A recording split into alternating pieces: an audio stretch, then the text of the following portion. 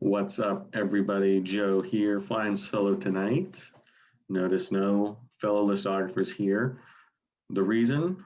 Well, I'm reviewing Greta Van Fleet's Battle at Garden Gate. And my compatriots aren't the biggest GVF fans, so they'd rather not have their opinions about that album on the internet for all to see. Left it to me. Obviously, the biggest classic 70s rock fan, they'll argue that, but I think it's true, and we all know who's going to appreciate a band like Greta Van Fleet the most. Obviously me. So last time we left, the brothers Kiszka and Danny Wagner, the drummer, they had released Anthem of the Peaceful Army. Really kind of divisive as far as opinion goes on that one. A lot of people said they were just Led Zeppelin cosplayers, photocopy of a photocopy of a photocopy. Others appreciated the fact they were sort of the new standard bearer, holding the torch of rock and roll, moving forward in an age of people not playing their instruments and not writing their own songs. Big breath of fresh air. I kind of fell in the middle. I could see both sides. I didn't love the album. I thought it was a little too much, prostrating themselves on the altar of 70s classic rock gods. Not enough originality. And it just didn't have those hooks. Felt a little dry, felt a little too in awe of the classics. I wanted them to find a little bit of their own sound. Josh Kiszka has a tendency to oversing, and I thought he maybe did a little too much on the first album. So at least they were able to tour, make a bunch of money. Now they bring in a big name producer, Greg Kurstin of Foo Fighters, Medicine at Midnight. He also helped Adele with Hello, her massive tune from a couple of years ago. He wrote that, so he knows how to fine tune a pop album. Very good pop producer. So with his kind of fingerprints on this album, it makes a huge difference. You still have the Zeppelinisms. You still, it's a band named Greta Van Fleet, and the album is Battle at Garden's Gate. We're not looking for nuance. We're not looking for life-changing lyrics. We're just here for rock and roll. They bring it. The Zeppelin, you can hear the DNA of Led Zeppelin in here. Sometimes blatantly, but other times just kind of in the background. You pick up a couple notes here and there. You get the feel of Zeppelin, the feel of Rush. It's not plagiarism, it's studying open book. 4, Battle at Garden's Gate, starts off great, Heat Above, incredibly catchy, and I think that's where Kurstin really shines. He takes their blues rock and their 70s rock tendencies and just layers on the melody and the hooks. Incredibly catchy song. It's by far, I think, their catchiest, my favorite of their songs. So it pulls you in right away.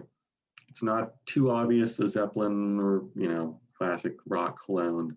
It has some of their own life to it, their own ingredients. And throughout the album, there's still the big riffs, the great guitar lines, some cool guitar solos, organs, piano, mellotron, every prog and classic rock trick in the book. The album is so polished that Smaug himself would collect it for his treasure trove at Erebor. That's a Hobbit reference because you just get those vibes, whatever. Built by Nations, sounds like they took Black Dog, The Rover, smashed together. Fun song, great riff, great things to steal from, but a little too close to Zeppelin on that one. But it's still a pleasurable song to listen to. The chorus is there. You want to pump your fist and sing along. Same with Age of Machine. It's, you feel the Zeppelin inside of you when you're listening to it. But it works. It's another big song, big, long epic. I love the Mellotron and the Barbarians. I kind of hear some of that Adele sound in Age of Machines. The layers of production really amp it up. It's a rock album, but there's a lot of pop sensibilities on this. My Way Soon's good rocker. They get in trouble a little bit when they slow it down. Broken Bells 10 Years Gone, It Ain't. Sounds good, but there's a little more flaws, and they're more noticeable when the band slows down and kind of tries to do a ballad. I think they're definitely best when they're really rocking out. One of the big problems with them is they don't really have a philosophy, underpinning their lyrics and their outlook. Zeppelin had Tolkien and English folklore. Rush had Ayn Rand. Say what you will about the tenets of objectivism, at least it's an ethos. Greta Van Fleet, they don't really have anything like that. Their philosophy seems like it's Led Zeppelin's philosophy and what they can crib from their lyric sheets. They need something, some book or some ethos or just something to kind of give their lyrics a little more life, a little more meaning. Right now, it just kind of sounds like basic fantasy trope assembled from assorted rock and prog bands. But I think they're stealing a little bit better this time, borrowing, whatever. I hear a lot more House of the Holy and Physical Graffiti, some of their, Zeppelin's masterpieces, some Zepp 4, Zepp 3, whatever.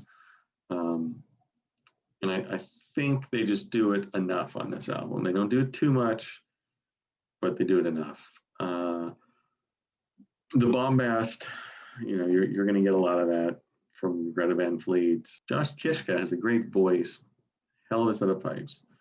He makes 2012 era Geddy Lee sound like an alto, but I think he needs a little more restraint.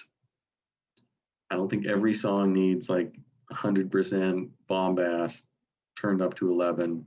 He's got a great voice, powerful falsetto, but he needs to learn when not to sing, I think, is his problem. Once he sort of gets that down, let the rest of the band do their thing, let the music breathe. And in general, you have songs, Stardust Chords, and Trip to Light Fantastic, and The Weight of Dreams, a little overwrought, I know, but they sound great. Is the album too long at 63 minutes? Absolutely. 20 minutes could be cut right out. It would be great. So is it a 4-star album? I don't know. My head says 3 stars. My heart says 4 stars. Unfortunately, I turn my brain off when I'm listening to it because I just want to feel the rock coursing through my veins. And so I will give this album 4 stars because I enjoy it. I've listened to it multiple times. If it was less than 4 stars, I don't think I would do that. So I must like something about it. Maybe I'm putting it on a pedestal because you don't get that much rock these days, much less big, bombastic 70s aping rock. But, 4 stars I think is good for this. A lot better than their last effort. I think they're on the right path. I think they can get better. They need to find their own sound a little bit, stop being borrowers and start being leaders of the rock revolution or whatever you want to call it. And I think they'll be good. They're very talented. Couple tweaks here and there, they'll be golden. So 4 stars for the Battle at Garden's Gate. And let's see what you have to say. Leave your reviews in the comments, of course. Let me know what you think of this one, what you think of Greta Van Fleet in general.